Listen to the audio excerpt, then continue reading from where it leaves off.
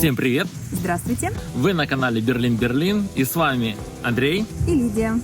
Сегодня мы совершаем прогулку и знакомство с замечательным, прекрасным, волшебным, неповторимым городом Потсдамом. И находимся мы в парке Сан-Суси, за нашей спиной дворец Сан-Суси. Самая главная жемчужина этого города, ну и короны Пруссии. Конечно, и мы решили создать целую серию фильмов о парке Сан-Суси, так как здесь очень много всего, и поместить в один фильм это просто невозможно. А хочется как можно больше вам рассказать и показать, чтобы вы тоже влюбились в этот замечательный город.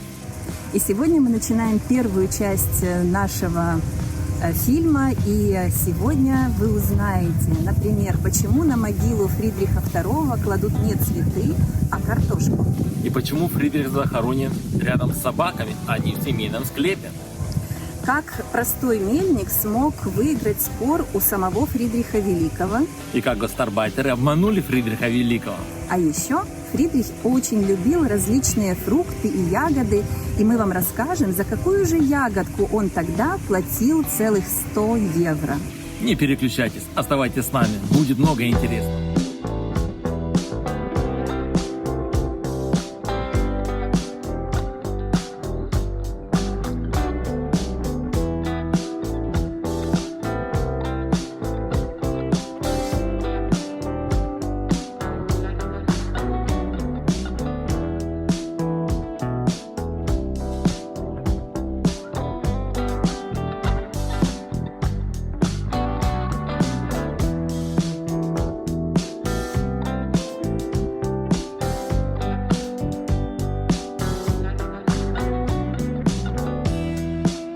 Фридрих очень любил собак. Он считал, что любая собака гораздо честнее и преданнее человека. Если она один раз тебя выбрала, она тебя забудет лишь со своим последним вздохом. Именно по этой причине всех своих собак он хоронил рядом с дворцом Сан-Суси.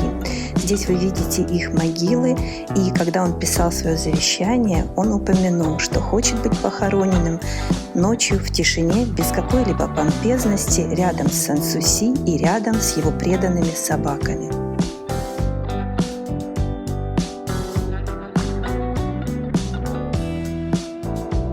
На могилу Фридриха Великого благодарные потомки кладут картошку.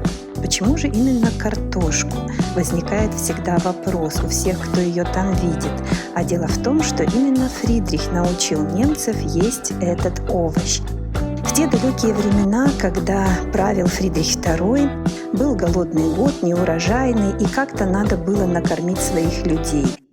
И Фридрих, как настоящий философ, решил приучить своих людей употреблять картошку при помощи хитрости.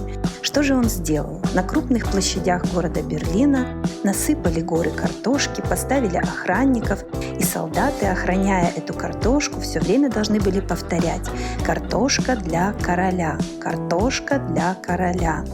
И когда кто-нибудь пытался украсть картошку, солдаты должны были отвернуться и уйти в другую сторону. «Пусть воруют», — говорил Фридрих, «пусть пробуют, и только тогда они начнут употреблять картошку». И действительно, ему удалось. Более того, на сегодняшний день ни один немецкий стол не остается без картошки.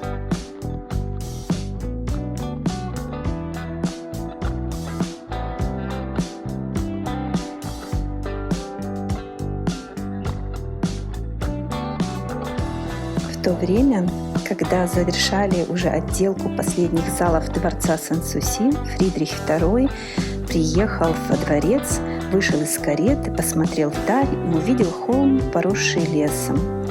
«Как скучно и неинтересно», — сказал он. «А что если?»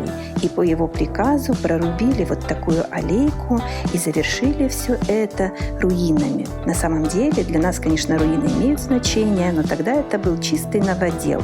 И если присмотреться, вы увидите, что здесь совершенно три разных стиля. С левой стороны нормандская башня, ближе к нам греческие колонны, а за ними римский амфитеатр.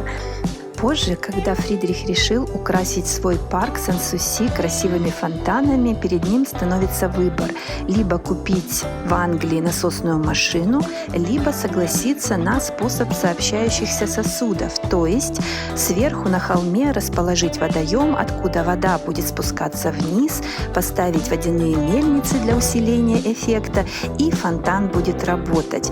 Он соглашается, нанимает рабочих, и вот в тот день, когда должно все было заработать, запись в летописях следующая.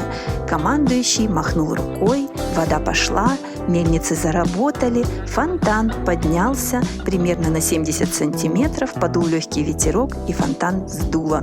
К сожалению, произошла ошибка, и у Фридриха фонтаны не работали.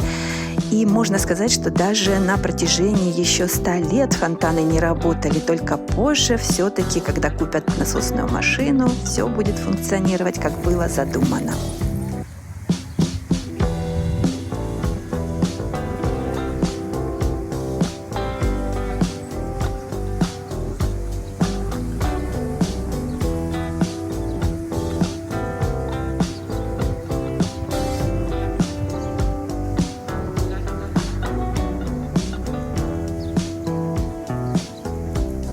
О мельнице, которая расположилась в непосредственной близости ко дворцу, слагают различные легенды. Но самая популярная среди них о том, как простой мельник смог выиграть спор у короля. Дело в том, что Фридрих II по утрам просматривал жалобы, и однажды к нему на стол попала жалоба о мельнике, который находится рядом и который обвешивает местных жителей. Надо этого негодника наказать. Пригласили мельника к королю, и что же ответил мельник, почему он обманывает местных жителей в свое оправдание? Он сказал, что если бы дворец, который построил здесь Фридрих Великий, не мешал ветру попадать на крылья его мельницы, он вырабатывал бы достаточное количество муки для того, чтобы прокормить свою семью. А теперь из-за короля и из-за его дворца он не может прокормить семью, поэтому просто вынужден идти и обманывать. Фридрих II, конечно же, посмеялся, но понял, что мельник хитер, а хитрость не глупость, и поэтому он выделил в качестве компенсации мельнику деньги на новую мельницу.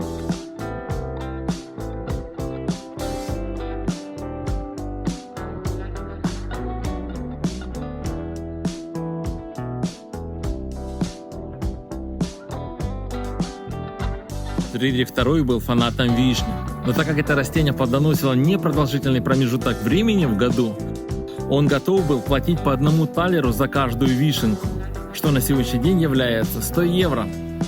В память о его пристрастии, любви к вишне, здесь, в парке Сан-Суси, разбили 4 таких квадрата с вишневыми и черешневыми деревьями.